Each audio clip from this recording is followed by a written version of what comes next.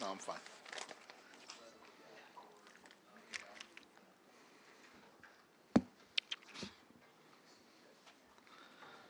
Good afternoon.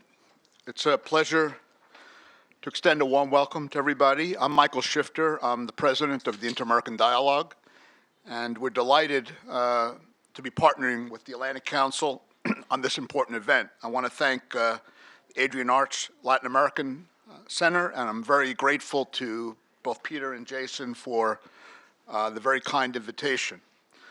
Colombia has a special place for me since I studied political science and international relations at the Universidad de los Andes in Bogota almost 40 years ago, 1975. It's a country that has always fascinated me. Some moments have been very joyful and remarkable. Others have been a little bit more difficult. On Sunday, Colombia faces a critical election that has been surrounded by surprise, intensity, and high drama. I'm very, very happy to leave the predictions to the other speakers.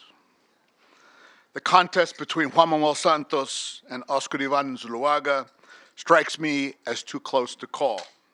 The polls I've seen report different results. The country is split, not along broad ideological lines, but on the peace process that has been the centerpiece of the Santos administration and his campaign. The division is also reflected in separate camps that have more to do with personalities and fears than anything else. The campaign has been rancorous and often nasty. No matter who wins on Sunday, it will be important to focus on reducing tensions and restoring the civility that has long characterized Colombia's politics. With that, it gives me enormous pleasure to introduce a good friend who is the model of civility. Few people, Colombian or not Colombian, are more widely respected than Miguel Silva. I met Miguel when he served as President Gaviria's chief of staff in the early 1990s. I got to know him even a bit better when he worked at the Organization of American States when Gaviria was Secretary General here in Washington. Miguel is versatile and immensely talented.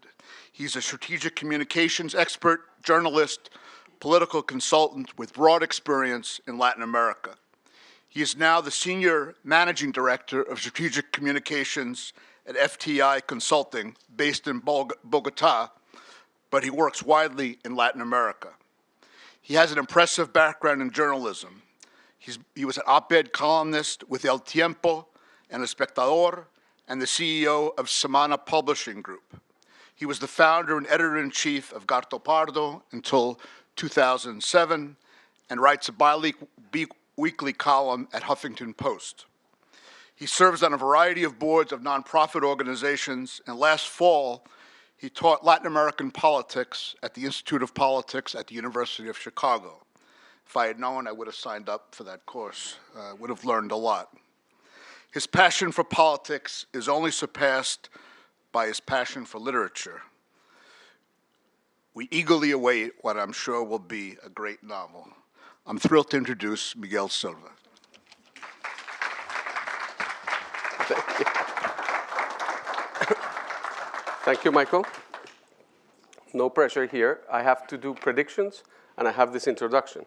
And I have to write a novel. And this is horrifying. So I don't think we're going to be very good at predictions, because as you all know, this is going to be a very close call. I wanted to show just 3 or 4 slides on polling, first round and the second round, and then start the dialogue with Peter, Jason, and Michael. So this is the first round. Polling for the first round, as you know, in Colombia, it's illegal to publish any polls 1 week before the election. So these all ended in March 15 or something like that, published probably March 13, 14.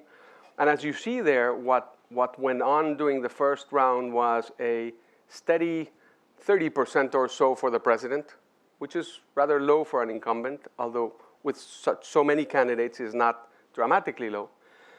Then you see Oscar Iván, who is steady at 15 and then starts to climb And then the trend the last week is what's interesting because it clearly shows what ended up happening. They were tied a week before the election, but one was going down and one was going up. Interestingly enough, the debates didn't benefit. I don't think they benefited any of them, not even Oscar Iván. They did benefit, as you can see, both Clara and Marta Lucía, which took votes from, I think, votes that most probably Peñalosa could have received, or even Oscar Iván. Marta Lucía took, actually, I think, votes from Oscar Iván and diminished his capacity to grow. They all got a good result, as you will see in the next slide. So this is what actually happened. Most polls were wrong. They were right 1 week before, but they were wrong because 1 week is an eternity in elections. Oscar Iván got 29.3 of the vote, 3.76 million votes. We'll talk about turnout in a minute. President Santos got 3.3 million votes, 25.7 of the vote. Marta Lucía and Clara, if you add those two votes, they are more than Oscar Iván, which is pretty amazing. The left, having received 2 million votes, is a big change in Colombia, and well-deserved. She did a great job, Clara. And then Marta Lucía probably got 1 million votes from the conservative machinery and another 1 million votes from public opinion. And she took that from Peñalosa. Peñalosa received 2 million votes in the primaries and just got 1 million vote in the first round. He didn't do a great job. Both women were fantastic in the campaign. And as we'll talk during the session, clearly there was a flawed strategy, particularly in the presidential campaign. So when you see this result, what would be the strategy for each campaign? It's pretty obvious. What you would want to do if you're Oscar Iván is you move from the right to the center, obviously. And you want to take over the votes of Marta Lucía and Peñalosa. If you do that, you win, right? Now, it's hard when you're cornered to the right to move to the center without doing crazy things. And then what's the presidential strategy? Obviously, is to move from the center to the left, build a broad left coalition, take over the votes of Clara López and Peñalosa, even if they wouldn't endorse. Just go for those votes with language and wedge issues that would bring those votes here. And probably try to tap, so Clara López, some of Peñalosa, and some of Marta Lucía Ramírez's votes. Why? Because not all of those 2 million votes, particularly the million vote that theoretically is just public opinion, free urban vote, is Uribista. So part of that vote is probably Marta Lucía, but not pro-Uribe. So he might tap there. And clearly, if Oscar Iván succeeded or has succeeded in moving to the center, which he has done, and we'll talk about that, changing his position with the peace process and running a big risk of being called a flip-flop candidate. If he managed to do that, he's going to be able to change what could have been, or what the president tried to create, which was a big wall between war and peace, center and right and center to left strategy. So where we are right now is fascinating. If you're in a campaign, it would be nerve-wracking, but, oops, what do I do here? Technology is striking again. There you go. So, hold on. So this is polling a week ago.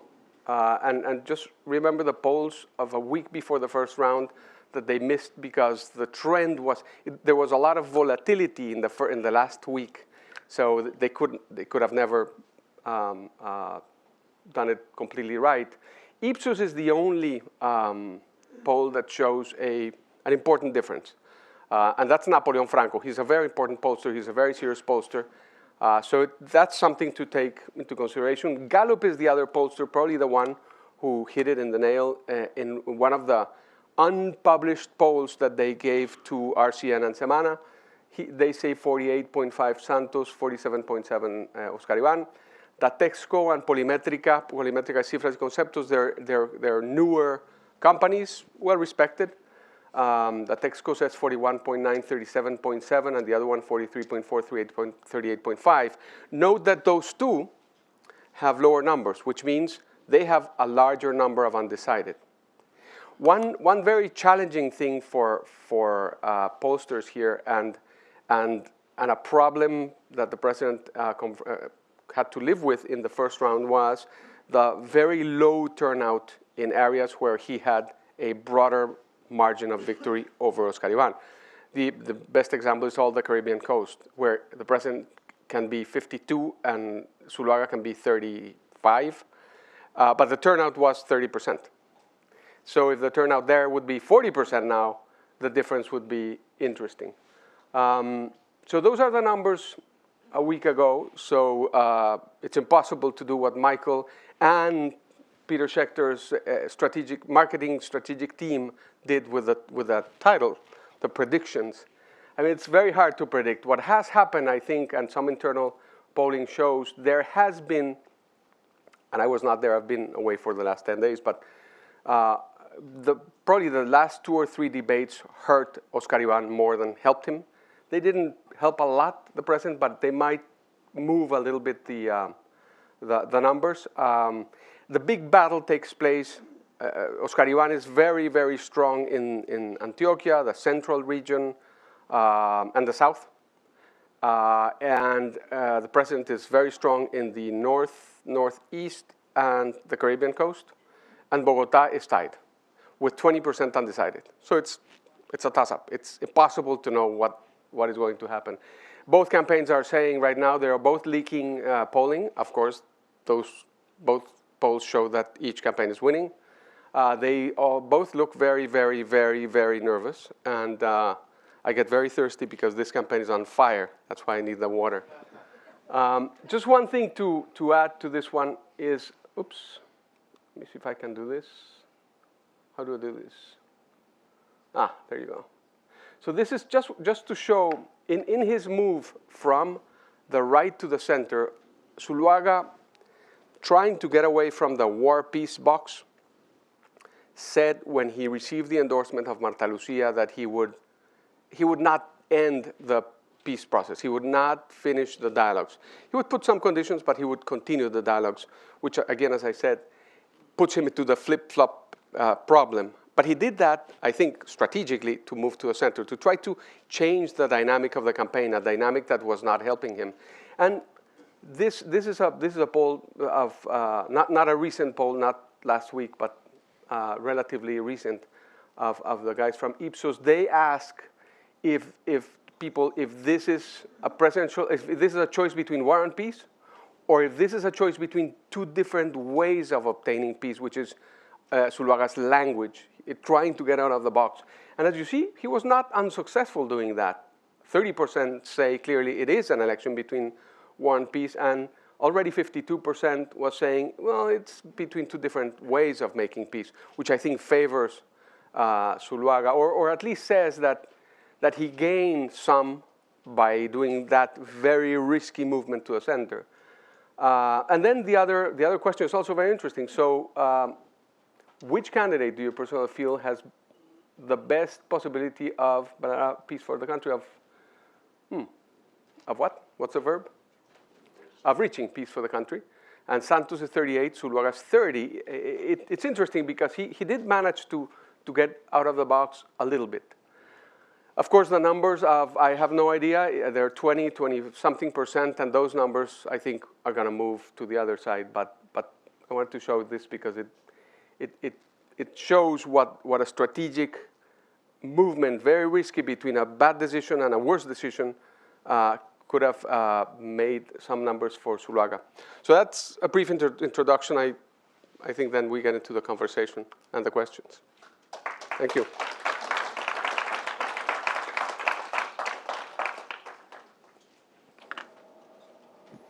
Muy bien. ¿Dónde nos hacemos? I'm in the middle. Well. Good afternoon. I'm Jason Marzak. I'm the Deputy Director of the Adrienne Arsht Latin America Center. Miguel, thank you for that excellent overview. I think that we can now go into the weekend saying that Predicting. Our prediction is that we don't have a prediction, right? But that's excellent. And Michael, thank you for your introduction. It's great to partner with the Inter-American Dialogue on this. Actually, I think the first time that we're partnering together on an event, and so hopefully the first of many. I also want to extend a special welcome to Adrienne Arsht, the founder of the Latin America Center, who came in from New York this morning to be here with us. Adrienne's vision and her generosity is really the reason that we're all here today. Her vision, generosity in starting the Adrienne Arsht Latin America Center is allowing us to do the work that we're doing on creating an impact and showing the region's role as a strategic partner in the trilateral relationship and beyond. So thank you, Adrienne, and thanks for being with us today. We're also joined here today by my good friend and colleague. Today's discussion, Peter Schechter, or better known as Pietro Schechter to his friends. Besides being the director of the Adrienne Arsht Latin America Center, Pietro has over 20 years of experience as a political strategist, working all across the world, including Latin America and especially multiple campaigns in Colombia. So Pietro has a really innate knowledge of not only Colombia, but the campaign process in Colombia. And also, for those who do not know, Pietro is also a top Virginia goat farmer. So I'm not sure if that's on his bio, but it should be for next time. It should be. It's a big mistake that it's not. Yeah, exactly. And also an acclaimed author, as Miguel is working on with his book as well. So this is going to be a great discussion, a fun discussion with two top political strategists. We are also webcasting and live tweeting the event today. So you can, if you're watching us on webcast, you have a question, you can tweet at us using the handle @ACLATAM. And if you're not already following us on Twitter, you should follow us using @ACLATAM. So we're going to start off, we're going to look basically what this election means for Colombia, but then also specifically at some of the different dynamics on the election that Miguel gave us such a great overview to start off with. I think the first question is that, as Miguel was saying, that the election on Sunday poses two stark choices for the Colombian people. What's at stake for Colombia and the region this weekend, if Santos wins a second term versus a Zuluaga presidency, are two very different scenarios for the country moving forward. Pietro, can you start off and explain a little bit about how you see those two different scenarios of a Santos presidency versus a Zuluaga potential presidency panning out and what that means for Colombia? Sure, and let me just, if I could just have a personal word, that it's, I share Michael's fascination with Colombia. It's, I have 112 entries into Colombia, so it's a country that has always fascinated me. It's a country Makes you very suspicious. It's a country that I love. And one of the reasons I went so often to Colombia was that he was my first client in Colombia as a political consultant at a time when he was blonde and I had black hair. And now we have arrived and looked like each other. Forgive me if I called Miguel Pietro. So, I think it's, look, there is clearly a huge dynamic going on in Colombia right now about selling this election as a massive shift, potential shift in the direction of Colombia. And just to be a little bit devil's advocate, let me take a position that this really may not be so much of a shift. Colombia tends to sort of always run back into the riverbed. I mean, it's a country with a lot of problems, but it has had always a relatively steady Eddie, straightforward government from all sides, from different parts of the Liberal Party, from the Conservative Party. And these governments have always been, handled the economy with sort of conservative efficiency, conservative meaning sort of cautious efficiency. Colombia is a country that has never had stagflation. Colombia is a country that has basically been a democracy for over 2 centuries. Colombia has always sort of moved forward in this very sensible, cautious way. And I think that, either candidate that wins, we will probably arrive in that same sensible, cautious way. I would just say this. There is clearly a huge difference on the issue of peace. And notwithstanding Oscar Ivan's attempt to bolt towards the center, he and his mentor, President Uribe, believe that peace with the FARC is something that should be more dictated than negotiated. And I think that has very different endings for Colombia. Yeah. As opposed to just, it isn't different ways to get to the same place. Miguel, Pietro's laying out this idea of both Zulaga versus Santos' presidency, this same cautious governing of the country. Is that how you see? I mean, as you showed in your polls, and as Pietro said, you've seen Zulaga tack more to the center, and Santos trying to pick up some of the votes from the left. Do you see that actually kind of that strategy actually being the way they would actually govern, or do you still see a I'm difference? less optimistic. Less optimistic. Yeah, I don't think that Zuluaga would be a dictator and Santos would be a Castro Chavista. I mean, to imagine a Bogota, the member of a Bogota elite owning El Tiempo for 3 generations, being a Castro Chavista is a cartoon. And if you know Oscar Iván, I mean, he doesn't have the temperament to be a dictator. So I think that it's the typical polarization where you're playing with cartoons. I do believe that there's a very important divide here that is not peace and war, and hasn't been there in the campaign at all. But if you see opinion leaders and intellectuals, I think that they're fearing that is the real divide, which is a difference between a liberal government, pro-1991 Constitution, pro-rights for minorities, in favor of clear separation and respect of the branches of power, with respect to the adversaries and opposition and the media, with something that looks like a weak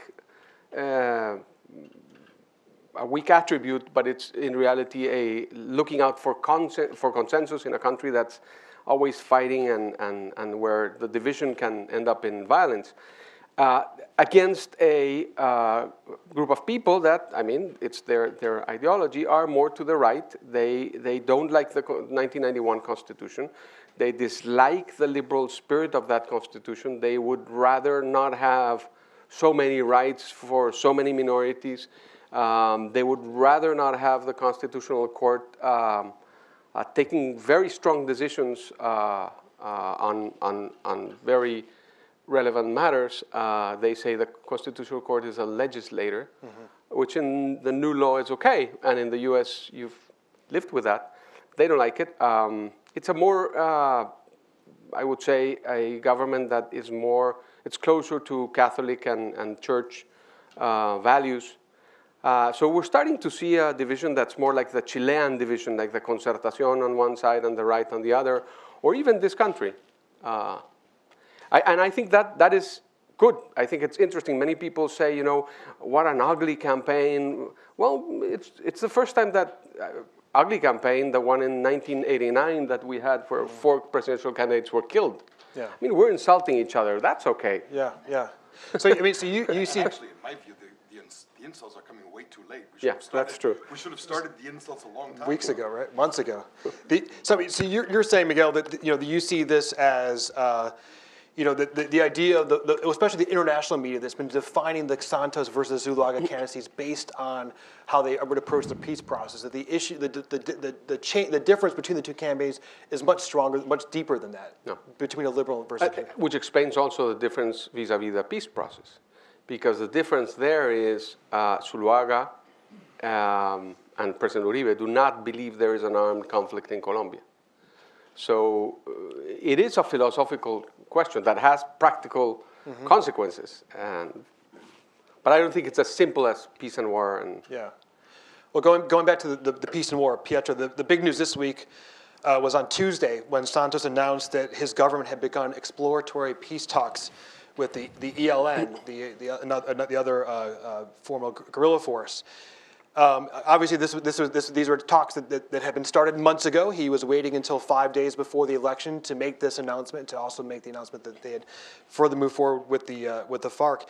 Do you expect this to sway undecided voters? And if so, how significant of a sway either way? Do you think announcements in the polls? Obviously, the polls can't capture the announcements on Tuesday. Well, when I read the announcements that the president had decided, was able to announce that he had moved forward substantively in the negotiations with the FARC and he had opened negotiations with the ELN, the first thing that came into my mind was, and why is he announcing this now? I mean, this is, I think, one of the fundamental problems that Santos has had with his campaign. I'm speaking now as as a campaign advisor, he was unable, the Santos campaign and the president himself was unable to connect the everyday issues that Colombians face to the peace process. And this peace process was like a chimera, somewhere like a mirage in the desert. It was there.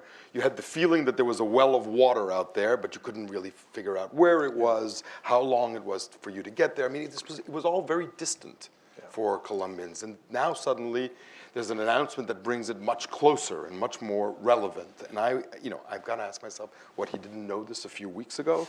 Why was this, if peace was so important to this campaign for the president, why was it not made a much more tangible, touchable, concrete thing for Colombians, that are every day wondering many other things, but all polls, there's another polling thing, show that peace is third, fourth, fifth, but not first, second, and third in the list of preoccupations of Colombians.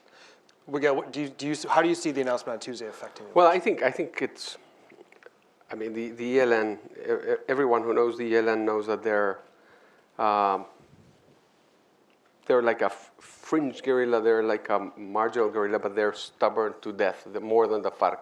They make the FARC look moderate, civic citizens. So I don't know about the timing. If they calculated the timing well, they're in campaign. I just don't think it's efficient if it's a campaign move. Why? Because the group of undecided, the group of people who are still undecided, are mostly in the cities and mostly in Bogota. And those people don't care about that. They care about citizen security and they care about health and education. And mostly about citizen security. That's the biggest issue in Bogota right now. So if you would want to swing Bogota voters, you would, I don't know, you would go with General Naranjo and go around Bogota with him in the same car or something like that. I do think it's good news, but I don't think it's going to be relevant for the campaign. So, do you see? Obviously, Santos made peace the hallmark issue as part of the first lead up to the first round of voting. Changed it a little bit as we were moving closer to the election. Realized that peace wasn't working as a wholly comprehensive issue.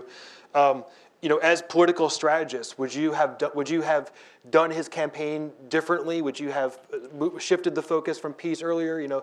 Pietro, you're talking about and Miguel as well, that peace for the voters in Bogota, peace with the FARC is not the top issue. It's citizen security. It's their everyday lives. Well, I mean, there's no question that their campaign was a big failure. If you're the incumbent and you get 25% in the first round, you cannot say you succeeded in your campaign. Well, I think it was a disaster. I think that the first phase of an incumbent presidential campaign is government communications, and they failed there. The second phase was when they had two campaign phases in the first round. One that had a slogan saying, "We've done a lot. There's a lot more to do," which is okay. Nice. I don't think anybody will vote for that, but. And then the third decision was, let's do peace and war, but in an abstract way. The fourth phase has been the runoff, where they have been able to land peace as something that is relevant for people because it'll liberate resources for education and health and blah, blah, blah. But let me tell you something about peace that I think is also important. I think the president intuitively went with peace because it's not only about the issue. Peace shows things about his character that no other issue shows. It shows that he can be bold. It shows that he can be a leader. It shows that he can be courageous. It shows that he can be not political, because there's enormous risk in tying your luck to this wagon that can go up and can go down. So I think intuitively he understood that there was richness in making peace as a wedge issue against Zuluaga. So I think in the end, we'll only know on Sunday if it worked, but I think at least he's not in 25.7% right now. Yeah. They're tied. It sounded like you were about to make a prediction. No prediction. So, Pietro, if President Santos had called you and said, "Hey, come on down," I need help for the second round. I lost by a few percentage points, and I need to bring in some of the big guns here. That would have meant we would have missed celebrating your birthday yesterday. But if you were in Colombia this week working on the campaign, what would you have done differently? How would you have? What would have been your advice to both campaigns? I think there's an interesting dynamic happening in Colombia that's political, and it's the same dynamic that is happening a little bit with Mexico. And the dynamic is that here in the States, we think that these countries walk on water. They rock, right? We think Mexico is unbelievable and doing incredible things, and Peña Nieto's on the cover of Time magazine, and I think he deserves all of that, yeah. right? But inside Mexico is a huge malaise. President Peña Nieto's polling numbers are dropping like a rock. He was inaugurated less than 15 months ago at about 60-something%. He's now in the lower 30s. And a little bit the same thing is happening in Colombia. I mean, Colombia is a country that we are always identifying as this fantastic turnaround story here, and with amazing economic numbers and such impressive improvements, and all of that is true. And yet, there is a bit of a malaise in Colombia, too. Mm-hmm. There's a bit of a sense that Colombia is directionless, rudderless, that it no longer... Part of this thing for Uribe is the longing for somebody that is so clearly, that this is a president, Uribe was a president that really communicated exactly what he felt and where the country should go, and people either loved it or hated it. Mm-hmm. But there was no doubt about who he was. And I think one of the problems with President Santos is there is a doubt about who. There is, one day it's a little bit of that, one day it's a little bit of this. There's no steady sense of what President Santos' presidency is all about, except for peace. And so I think that's why Miguel says that peace was such an important issue for his character. The problem is that people in Bogota or on the Atlantic coast don't think it's the number one issue, right? It hasn't been brought to them in such a way to make it this issue in which their vote is going to really turn on. When you go into the voting booth, for 20 years we have been saying to candidates, you gotta make sure that people ask the right question when they draw that curtain. When they draw that curtain, what's the question to be asked? And you have to wonder if in Colombia the question to be asked is peace the most important thing that we should be voting on today? And part of that goes to Santos' ability to communicate effectively, right? He's had a very difficult time identifying with the Colombian people and is seen oftentimes as being somewhat aloof. And so some of those priorities, it's a real impediment of how do you communicate those priorities more broadly. And you have 4 years of this guy who's extremely popular and connects well with people saying you're an idiot every single day. Yeah. I mean, that moves your numbers. It's negative campaigning every single day. Mm-hmm. Right, from a man, President Uribe, who really understands the power of communications. Yeah. I mean, this is a president who easily spent 50% of his time communicating, because he understood that in order to be president, the campaign doesn't end. It only begins on the day you're inaugurated. Mm-hmm. I mean, he was out there communicating all the time. And he does something that Chavez used to do all the time. We worked a lot in Venezuela, as you know. And that is not for Chavez. If you don't, not for Chavez, against Chavez. So suffered Chavez for many years. He would do what the West Wing advice was in politics. If you don't play offense, you play defense. Yeah. Uribe always plays offense. Yeah. And it's hard if you're being attacked not to chase those rabbits. Mm-hmm. You need to have extraordinary discipline as president not to be chasing rabbits all the time. And Uribe sends a rabbit every 4 hours. Yeah. And over the last 4 years, you see that on Twitter probably 24 hours a day, 7 days a week, Uribe on Twitter criticizing Santos, right? And Uribe is really, he is really the third candidate that is up for election on Sunday. I mean, and I just think it just posits an interesting question. I mean, that I wanted to ask Miguel, because I haven't been in a number of months to Colombia. I mean, is President Uribe now crossing the line? I mean, his attacks have become I mean, we have a very strange situation in which Oscar Ivan, the candidate of the opposition, has had a bout of laryngitis for the last 3 days, so he's disappeared. I mean, he's literally not on TV, he's not on the stump, and President Uribe has replaced him, essentially. And the attacks are virulent to a level that I haven't seen in Colombia for, well, maybe ever. So one of the questions I wanted to ask is this counterproductive? Well, if you look at Uribe's favorables, which have been very, very high for the 4 years, they got a hit in this campaign because he took a lot of heat. I mean, being the attack dog of the operation, I mean, you take a lot of heat, and he has lost, I don't know, 20 points in favorability. He's now at the same level of President Santos with high unfavorables. So to say that's one thing to say. I think if you say cross the line, I think there's one place where you do cross the line, and that's when you, I mean, our countries have made enormous efforts in institutional building. And it's hard to do it in countries where there's such weakness of the state. And one of those institutional strengths the country has is the Registraduría, the electoral operation, and the electoral council.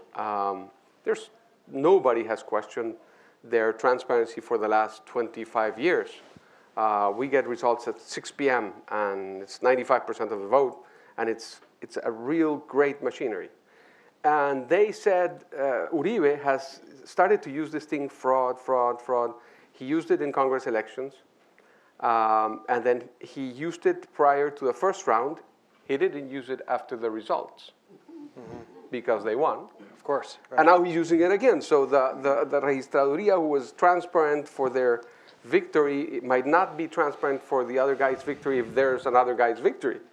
I think that is a damaging crossing of the line, but more for institutional purposes. I don't know. There was something strange, and I don't see internal campaign polling of any sorts. But if he was out of the campaign for 2 weeks, they took him out of the campaign. I mean, that's a strategic decision. When your big war horse is Uribe, and you have him on the campaign trail until the last day of the first round, attacking relentlessly. And then suddenly, during the second round, which is 3 weeks, 2 weeks he's not there, that was a strategic decision. I don't know why it happened, but they must have some polling or some focus groups that say, this is probably hurting the candidate, maybe because of this puppet thing, when you have someone, the Putin-Medvedev there you go. thing. I had to rehearse the Medvedev with the Russian-speaking Schechter. So I had no idea how to pronounce that. And so this is also a danger for Zuluaga. It's like the flip-flop. It's as dangerous as that. People believe that he will not be governing. So maybe that's why they took him out of the campaign trail, but now he's fully in. But was it part of maybe his tack more toward the center to take Uribe out to allow him to do that? That's a good point. That's a good point because it coincided with Zuluaga's movement saying, well, we will do the peace talks. Yeah. Well, as everyone knows, Zuluaga was Uribe's finance minister. He's Uribe's handpicked candidate, and as everyone knows, 4 years ago, Santos was Uribe's handpicked candidate. I'll quote our associate director here, Natalie Honte, who said that Santos instead made this a Santos presidency, and that is where the divisions really sparked between him and Uribe. So let's just continue on that path. If Zuluaga is elected, what role do you see Uribe playing in a Zuluaga government? At the same time, if Santos is reelected, besides his the flames coming out of his head in anger, what else do you see? What do you see Uribe's role in the next 4 years? Pietro, I'll start with you, and then Miguel.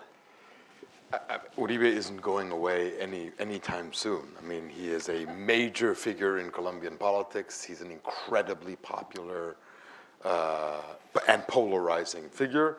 He is an unbelievable communicator. I mean, if anybody has ever met Uribe, I mean, you meet him once, you meet him the next time, he'll ask about your grandmother and how is your cousin that you told me was sick, and I remembered, and did you go see the doctor I recommended? I mean, he's this unbelievable ability to connect with people. And it's, he is going to be a big figure in Colombian politics. And I think that no matter what happens, and presuming a victory of President Santos, the victory isn't going to be a victory with a huge mandate. And as a result, Uribe's power will be even greater in this second term of Santos than in the first term. I think one of the areas that is just worth discussing is Venezuela, because there is a real difference in how President Santos has taken on the challenge of Venezuela versus the way President Uribe took on the challenge of Venezuela. And what is going to happen if Oscar Iván wins is one of the big questions that a lot of people are asking. But I think that it's not the right question to ask, because the situation in Venezuela is completely different from when it was with President Uribe and in the first 2 years of President Santos. I mean, in the past, we had a very strong Chavez with a Venezuela that was basically in pretty good financial and economic shape.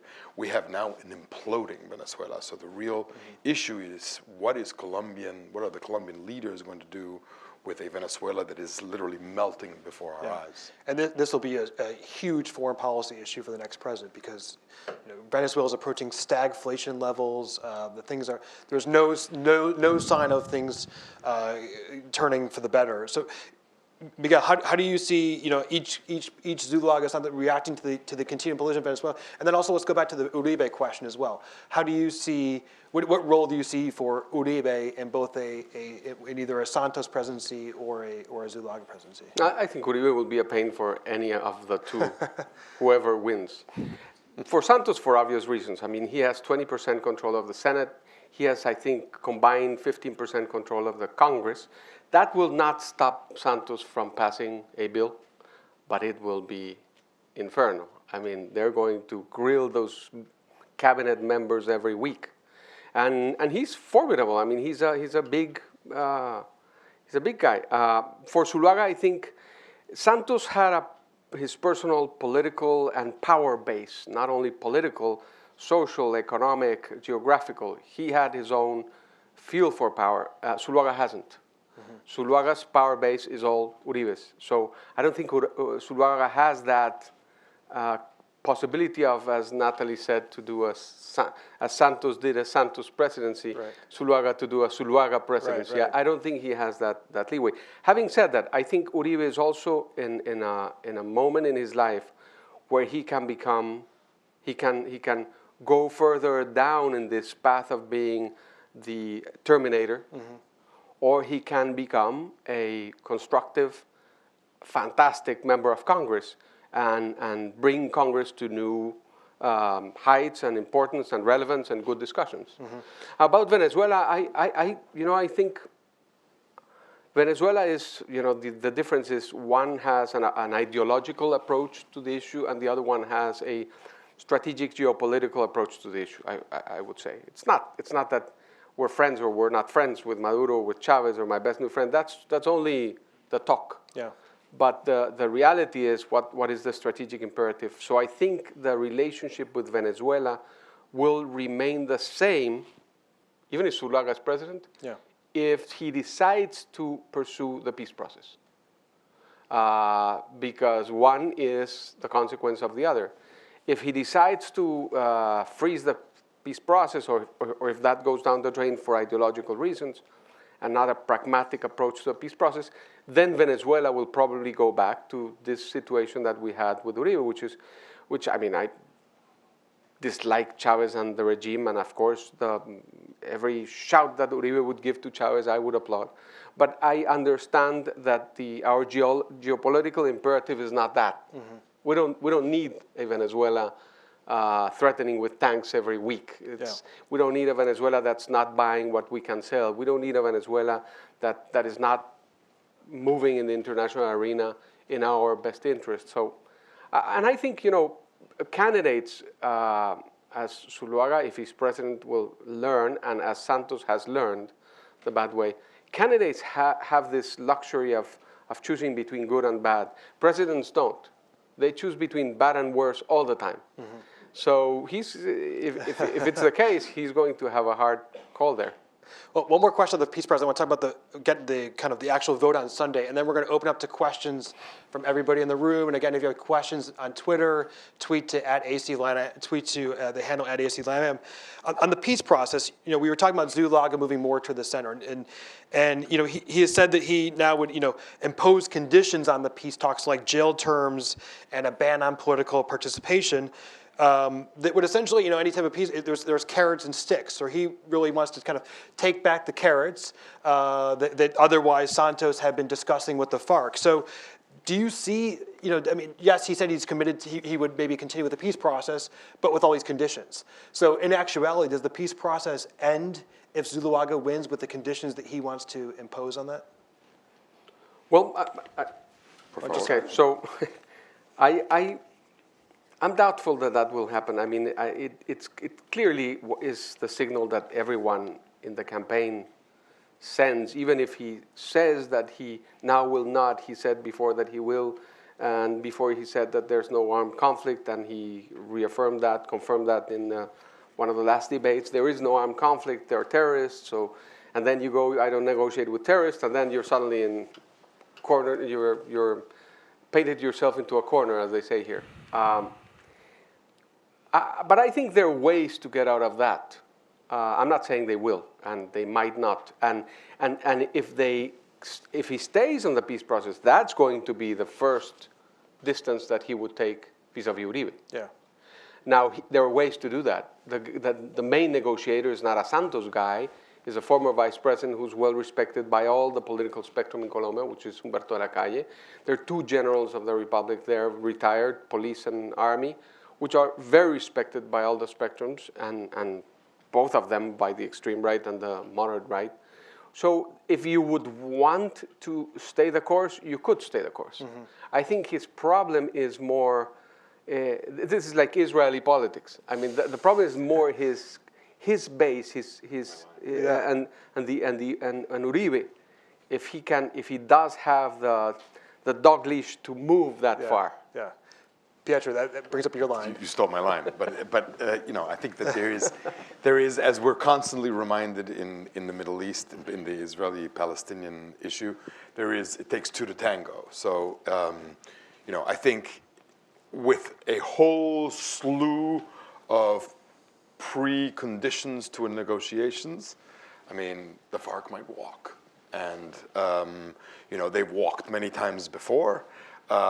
They tend to not believe their own suicidal tendencies. I mean, this is a organization that has gotten smaller and smaller and smaller and smaller, and still, believes that they have a future. But so I think we are facing I think it's very possible that the negotiations collapse. I mean, if there is a whole series of preconditions, I think both the FARC and the host government in Havana may say it's not worth it. Yeah. That'd be a very unfortunate, personally speaking, very unfortunate outcome. The one last question before we open up to the audience here. One of the issues in the first round was abstention. The abstention in the first round 3 weeks ago was, I believe, Miguel, the highest in 20 years, what I've read, right? About 60% of the electorate, or about 20 million Colombians, didn't show up to vote nearly 3 weeks ago. And so the results on this coming weekend are going to likely hinge on whether each campaign can get its supporters out to vote. There's a couple other things happening. We were actually thinking of each wearing different World Cup jerseys on stage today. So maybe the next panel discussion that we do during the World Cup, we will wear our jerseys. But on Sunday, well, actually tomorrow, Colombia is playing Greece. The results of that could bar some type of implication on the election. And let's not forget, on Sunday there are 3 World Cup games on Sunday. So how do you assess what the strength? Obviously, for each campaign, a victory on Sunday is going to really depend on the get out the vote operation, right? How much they can get their people to the polls. Where do you see the strength of both the Santos versus the Zuluaga campaigns in their ability to get voters out on Sunday, especially when there are 3 games, but thankfully Colombia is not playing in any of those games on Sunday. But we'll be either depressed or drunk and drunk, right? Or euphoric and drunk. Well, You know, this is a very strange election. Usually in an election, you have a candidate that is benefited by larger turnout and a candidate that's benefited by lower turnout. This is not the case. This is a case where there's big movement in both machineries to get turnout in the regions where the polling goes to their side, as occurs in the States. Zuluaga is working very hard in Cali, in Antioquia, in the coffee region, in Neiva and in Tolima, which are the areas where he's strong, and in Bogota. Mm-hmm. And the presidential campaign is working a lot in the Caribbean and in Cucuta and in Bucaramanga.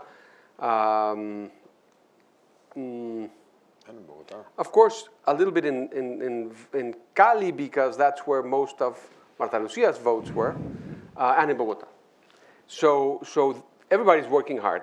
That's one thing to say. The second thing to say is it's a tie, and so everybody's scared. Yeah. Everybody's having its part of humble pie. Yeah. And that makes people work.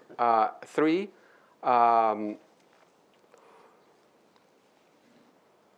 think that it's completely different when you have 5 candidates and you don't know exactly who's this and is this, but is Peñalosa in the center? Is he here? Who stands for what? And than when you have 2 and such a aggressive campaign with so much advertisement. So I think that, in the positive side, should move the vote from 12 million votes or so to the 15. It's not a great turnout, but it shouldn't be 60. And in the Atlantic coast, it was 70% abstention. Yeah. So having said that, your 4 soccer games are a big threat. If you add rain, it's can be a disaster. I would only say one thing. I mean, I completely agree with Miguel that we are going to see a substantially, still not great, but substantially higher turnout in this second round than we saw in the first, and it's all mainly due to the fact that I think Colombians, maybe in the first round they say, who cares? But in the second one, there's a really sense that we all should care. I mean, this campaign has successfully made every Colombian care. Yeah. So I think that's one point. And then the other point, and this is as close as I'm going to come to a prediction, which is to say that if I had to put my hand in the fire for the party organization, the machinery that can turn out more votes, I'd put it in the fire for the Liberal Party. Mm-hmm. Because you're almost there with a prediction there. Yeah, but that's as far as I'm going to get. So, question: There's microphones coming around. I see Mark. If you could just say your name and what organization. Mark Schneider, International Crisis Group. I'd like to push. Is that on, Mark?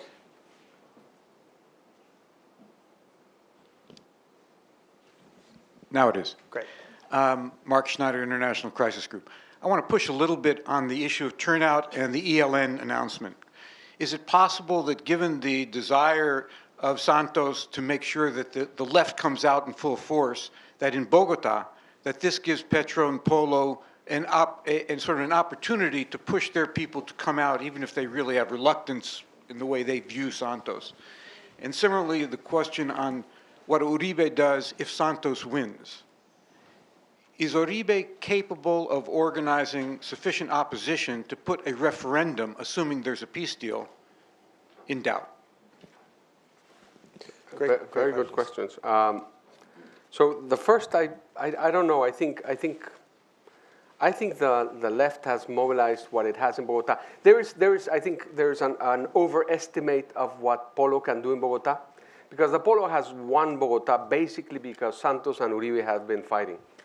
The establishment then divides, and the Polo gets 32% and wins the election, period. So they're not that strong. But of course, as we know, Chavez used to govern with that 30 and dividing the rest. So I'm not sure that the announcement of the ELN will make any difference. I truly don't think. I mean, the ELN has some presence in some unions, but it's basically marginal, not marginal. The ELN is very important, but marginal in terms of the campaign. And the other question was? The referendum. The referendum. That's a very important question. I don't think, as I said, that if Santos wins, Uribe can build a big opposition machinery in Congress, it's going to be a misery for cabinet members. And they're going to be good because 20 senators, very organized. It's a religion. And I don't know how many members of the House, but let's say combined they have 20% of the Congress.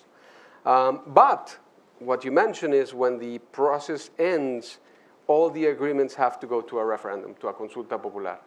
And there Uribe has an interesting opportunity to.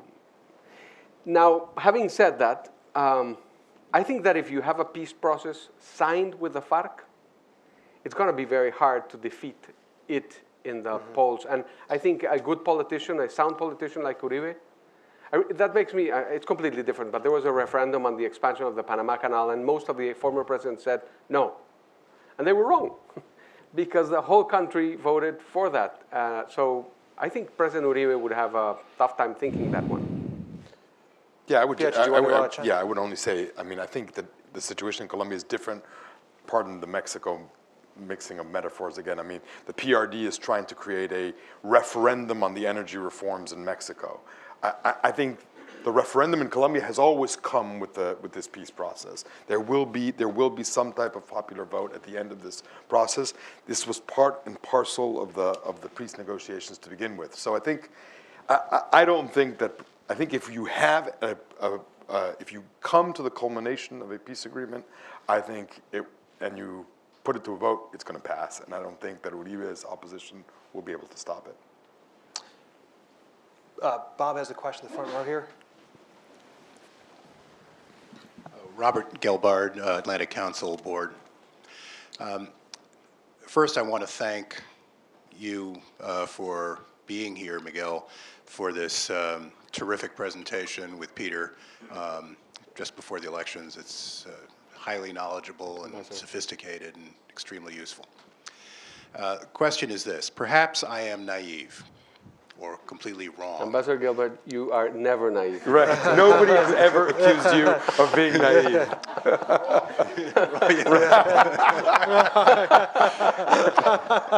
I am on the Conservative Party. I first am surprised that they did so well when the expectations that I had heard 6 months ago were perhaps 5%, 6%, something of that on that order. Second, I am surprised that they decided to support Zuluaga at a time when they had been working so closely with President Santos.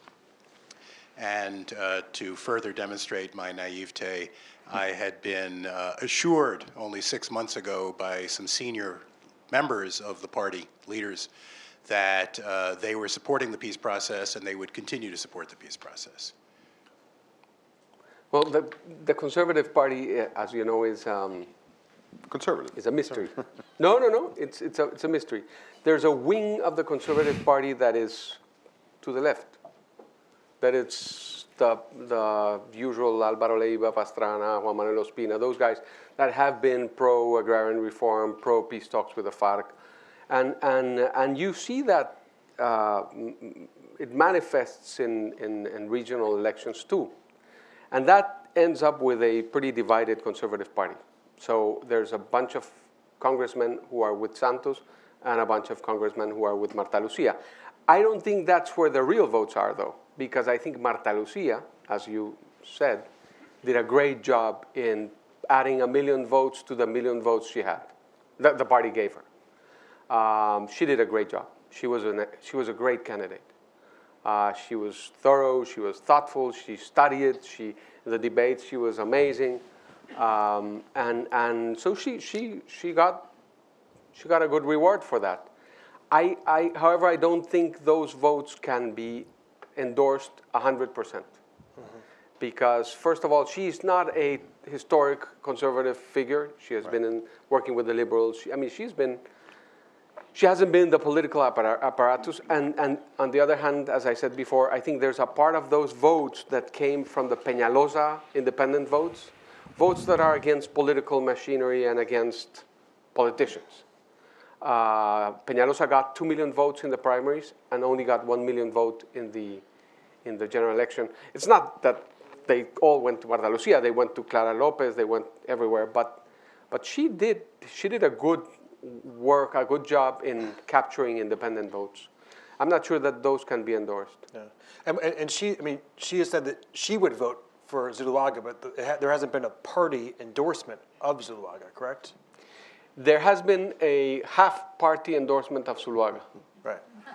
I just want to. I mean, Marta Lucia is a friend of mine, and I find her one of the most admirable women in Colombia. I mean, she is tough, she's smart, she's charming, she's incredibly intelligent, and one of the hardest working people in the country. And I think she ran an incredible and admirable campaign. She's also an Uribista. I mean, that's just who she is. Yeah. I mean, she believes that President Uribe has changed Colombia, and that that change is drifting away. So it doesn't come as a surprise to me that she's took the decision that she did. And do you see her supporters lining up for? No, I think I agree with. In general, votes are this all business of endorsing votes is a big myth. I mean, in general, votes are hard to endorse. I mean, unless you are the leader of a very ideological party, your votes are very difficult to endorse. More questions. Yeah, I saw your hand over here, and then we'll go to yours after that. So if you could, your name and affiliation, please. Ronnie McLean, thank you for the presentation, Miguel and Peter. I am intrigued by the loyalty question. In the first election, Santos was elected as a Uribista, and a lot of people voted for him because he was a continuation of Uribe. Now this is the reverse. How do you think it's going to play, and how does it play in the electorate to perceive Santos to be having been disloyal to Uribe? Thank you. It's an interesting question, and it has to do a lot with very deep sociological issues in Colombia, some good, some bad. First of all, I think that a president is elected with the support of anyone and has to do his own presidency. As Natalie said, yes. Santos did his Santos presidency, did his presidency as Santos presidency. And that was seen as a betrayal, as a treason, which is I think, it's a strange concept. It's a concept of a religion. You do exactly what your boss tells you to do. I think it sends the wrong signal. You endorse someone doesn't mean that you put him there to do exactly what you want him to do. But I think that Santos did not do that out of a problem of loyalty. He did that out of a problem of political pragmatism. He understood that he had been elected with an Uribe war chest, and that he had to create his own base. He had a little base originally in the Liberal Party, and he has his own personal political power being a member of the Bogota elite for I don't know how many generations. And so he moved to the center. He fell back into what probably are his convictions, which are the law of victims, the land restoration, the peace process, the Center for Historic Memory. And that was seen by Uribe as a betrayal. But to be honest, the worst betrayal was a personal vendetta, because Santos appointed Vargas Lleras, and Uribe hates Vargas Lleras, which is the story of politics in every country. Yeah. If you hear the extraordinary stories of Truman and Eisenhower, and so hate is a big part of politics. As Ronnie can tell us from being former mayor of La Paz. So, but having said that, I do think that hurt his character, the perception that people have of him being someone you can trust. Because, I mean, you have a guy like Uribe who's so popular and so well communicating, so good communicator, saying for 4 years that you're a traitor, you cannot be trusted, you cannot be trusted, you cannot. Suddenly people are looking at you as, should I trust this guy? And Santos is not a great communicator, so you look at him and you say, well, no. Yeah. Well, I was thinking, It has hurt him. It's 4 years of negative messaging rather than negative 4 years of negative messaging. Pietro, do you want to chime in on the No, I think we can go to Great. next question. Next question in the third row. If you could give your name and affiliation, please. Thank you very much, and congratulations for a very interesting conundrum debate. As you, whoever named the this event like that was very, very smart. My name is Gloria Ospina, and I used to work at the Inter-American Development Bank, and I am a political scientist.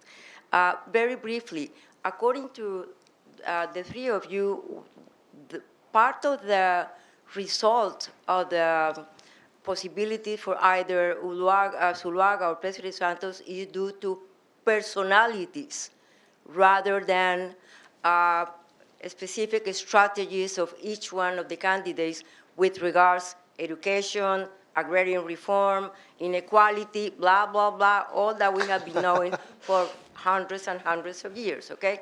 Now, so according to you, is that Santos is not a good communicator. He has never been a good communicator. Someone told me, Gloria, President Santos is not even loving his family. See, Santos is not a person who is easily lovable, although he's a very smart guy.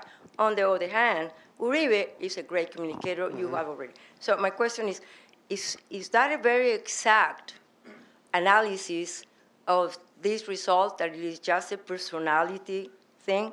That's my first question. The second question is, apart from the personality and apart from whoever wins, what is going to happen? We have had violence in Colombia. All of you know this better than I, but I know a lot about it. For 50 years of violence, okay? So violence in the country is not just a matter of the peace that Santos and the FARC may sign, or the ELN may sign. Violence in the country comes from the 1940s or before. And there is a structure in our country that feds that violence. And that goes through the violence between the conservatives and the liberals, the National Front, the death of Jorge Eliezer Gaitán, et cetera, et cetera. So the question is, either Zuluaga or Santos, what is this going to occur to peace? To real peace. Not that the FARC say, yes, we're going to, no, real peace, real possibility for Colombians to be safe. Yeah, that's my question. Great question. So one, is it all about, is it the cult of personality, all about personality, and also the question about real peace? If you want to start? Look, we political consultants are we're not loved because we tend to really take a very cold, hard look at how to get somebody elected. And often issues are important, but more often character is more important. And the ways that a successful campaign will try to connect the character, particularly in a presidential system. This is less true in a parliamentary system, but in a presidential system, when you're voting for one person as opposed to a list, when you're voting for one person, character is often a massively defining trait of an election. And what you try to do is to find issues that fit the character. Just like Miguel says, why peace? Why peace as an election issue? Well, because he needed to fit the character of President Santos, because President Santos, as you said, is not considered, no poll has him as a very loved person, right? He is respected, he is admired, but he's not loved. Right? So how do you get him to be a courageous, bold, visionary leader? You choose peace as the issue that you're going to run in the campaign because that helps your character problem. So, this is particularly in modern campaigns that depend so much on television and television advertising, character has become and is playing an ever larger role because characters transmit a set of values, and values are increasingly what people vote on. Yeah. Well, I would just add one thing before answering the other one. I think there's two things that I would say. One is it's very relevant that we're talking about Uribe and Santos, because Uribe is not in the ballot. Can you imagine what personality is? We're talking about Uribe and Santos. Where's Zuluaga? I think that's, Zuluaga has the strength that Uribe as a validator gives him, but has this problem. Every time he would go to Medellin, they would say, in the press campaign trip that Oscar Iván Zuluaga made to Medellin, former President Uribe said, quote. I think that's a problem for a candidate because he's a serious guy He deserves better than just this marginal thing. I think that both campaigns and the other three campaigns in the first round did a huge effort in being serious. If you look enough, you'll find their positions on health, education, housing, tax reform, land reform. They really, this time they really worked hard on that. Nobody paid any attention. Mm-hmm. And so suddenly we're saying this is the nastiest campaign we've ever had, which is not true. There were killings in the previous ones. But nobody was reading the documents because it was, as Peter said, the campaign takes place in a stage where only big Shakespearean things happen, not the substantive things. But there are some substantive issues there that are out and you can look at them. Violence, I think that everybody would agree in Colombia that signing peace with FARC and the ELN will not bring peace and total security to Colombia. But I think that getting those two brands out of the market means a lot. Mm-hmm. And as it happened with the AUC, it was 52,000 combatants. 20,000 are unaccounted for right now, but 36,000 are in the program of the Agencia Nacional de Reintegración, which is, it is important. We'll do baby steps towards peace. Yeah. But this is like the first big baby step if it happens. Well, and going back to the personality, your story about the newspaper article saying Santos went to this place Zuluaga and Uribe said that poses real problems for potential Zuluaga presidency, right? Because then how do you actually define yourself as a president when you're constantly being seen in the eyes of your patron? So, Michael, you had a question. Yeah. Thank you. This has been a great Mike's coming to you. Oh, sorry. Thank you. Two quick questions. One, you cannot get away either with the naive thing. Oh, naive, right? But wrong, I can. No, I can't. Okay.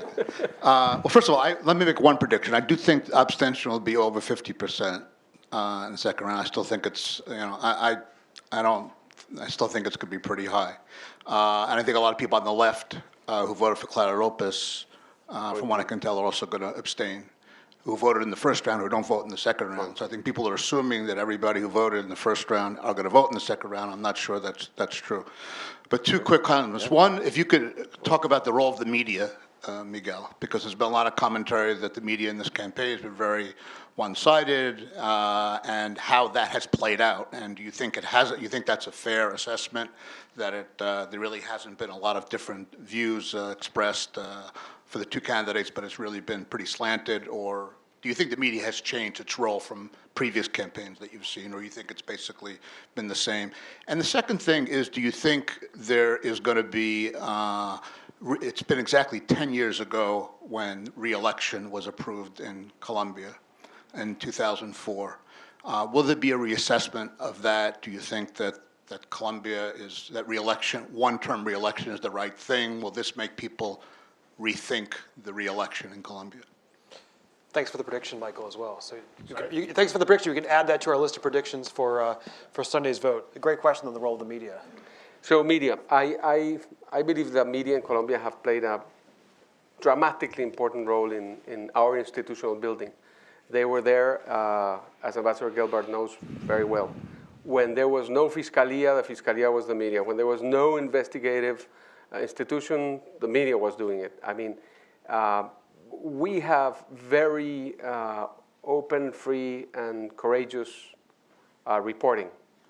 I think the campaigns, both campaigns, presidential campaign and Zuluaga's campaign, and the other three, were very sensitive this time, extremely sensitive with the media, and that happens in every country, in every campaign. I don't think if the campaign had been biased towards, say, President Santos, he would have received 25% of the vote in the first round against Zuluaga, who was completely unknown 6 months before, who got 29%. I think they all got what their campaigns did, what their advertisement did. There's an anecdote. I haven't checked the numbers, but it seems that in May, in media buy, the highest media buy was Zuluaga, second was Marta Lucia, the third was Clara, and the fourth was the president. I mean, that's probably incompetence rather than lack of money, but I cannot explain that. In May, if you're the incumbent, you should be the first or the second spender. I think media has done a great role that nobody follows. As I said before, if you look at Semana or El Tiempo or El Espectador or of course radio and television, but mostly the print media have done a great job in comparing the proposals of each. Because, you know, I mean, people do not read those things easily, and it's hard to get out of the stage where the two, the tragic hero and the other hero, and try to portray what they're doing. But I have huge respect for the Colombian media. There has been discussion about the debates. The debates, you know how they are. But I don't think it's. I think the attacks against the media are like the attacks against the registraduría. You're trying to burn the sofa. No, you're killing the messenger. Yeah. Which doesn't make any sense. And re-election. That's a tough question because I think Santos has said that if he's president, he's gonna ban re-election again, which I think he will. And Zuluaga has not said that, but he has said that he will not help Uribe to be re-elected again, which I don't think is in his control. No. I think if Zuluaga is president, they will build a majority, and that majority is going to be managed by Uribe. For re-election, for him to come back? Well, I don't think there's any doubt what he wants. I don't know if Congress would move into that direction. You need a constitutional reform. You know, I have mixed feelings about re-election. I think it makes sense in terms of finishing things. And I'll give you an idea. I think Colombia is amazing because we're so depressed and we have this malaise. And as Peter was saying before, there are great things going on. Doesn't matter who wins on Sunday. I mean, infrastructure is moving ahead, and it'll be okay in 1-2 years. The major big projects and growth as well, and unemployment as well, and you know things are going in the right direction. So it's a great success story that we're whining about. So re-election in that sense is a good idea. The problem is that when they did the re-election, they never were able to redesign the instruments of balance of powers. So suddenly you have a president that can choose the fiscal, and everything goes a little crazy. Great question. I'm going to take these three questions, since we're running out of time, these three questions together, and we'll answer all three at the same time. Thank you. 2 comments and 2 questions to the three of you. Marcio de la Cruz from International Republican Institute. The first is that the very fact that this is a very real campaign shows to the region that this is a real challenge into power, unlike other governments in the region.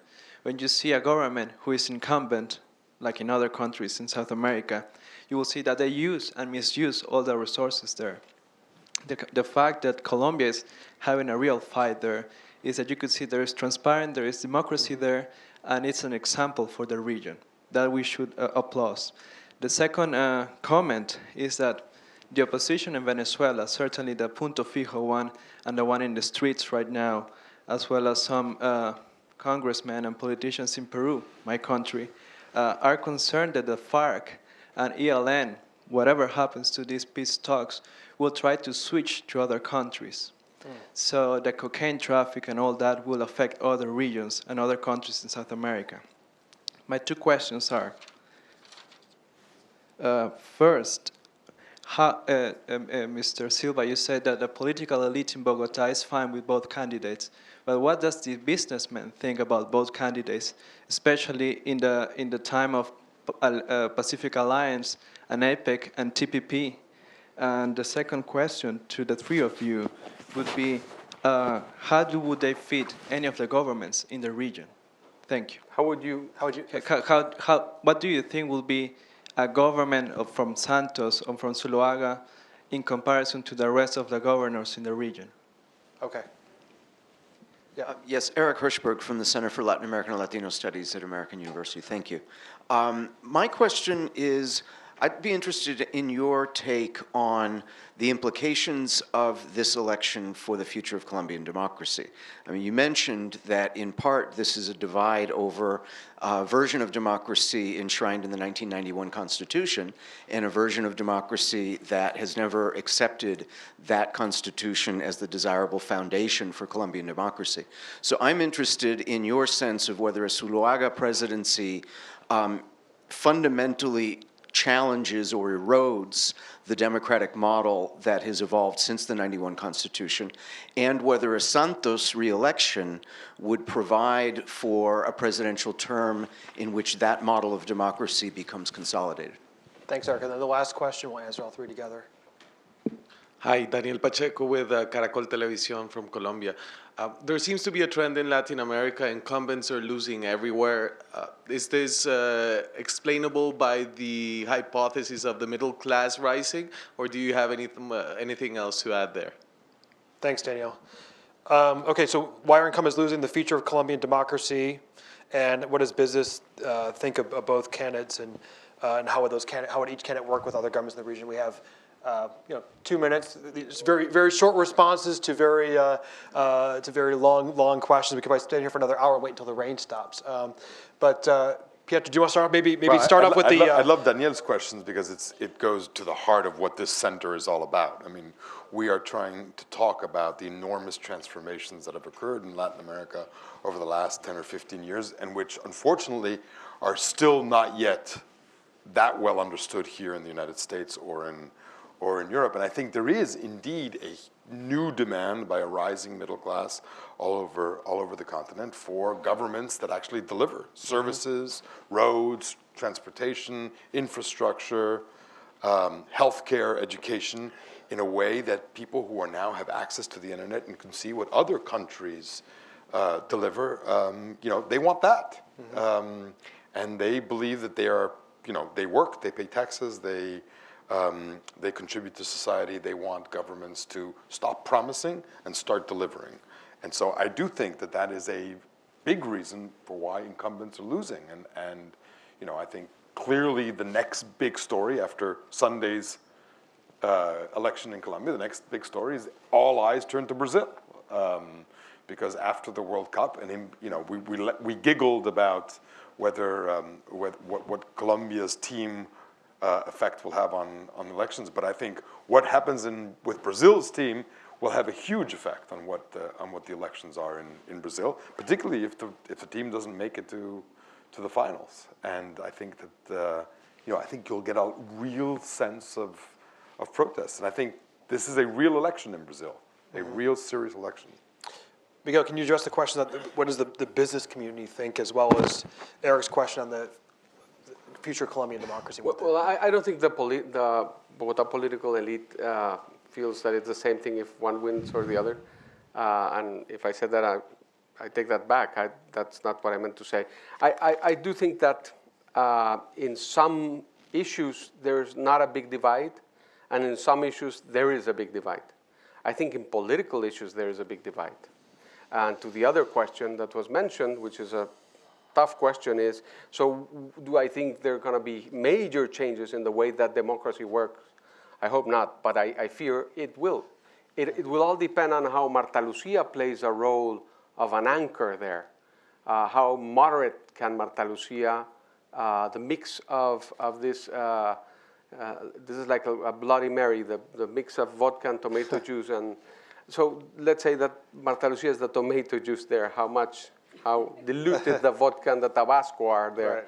Right. I think will tell us how bad that can get. But I think the empresarios are. It's interesting because usually one has the idea that rich people in Latin America do not care about the institutions; they only care about business. But in Colombia, I think there's a difference there, and there is concern from the rich and the very rich. They think that the business environment is going to stay more or less the same. They're concerned about institutionality because they do fear that, the separation of powers is important. I mean, the transparency of the electoral system is important. Those things are of real relevance, and we've seen our neighbor go down the drain on that. So I don't know if I answered those two questions. In terms of the consequence for other governments in the region or the comparison, it's hard to say. You know,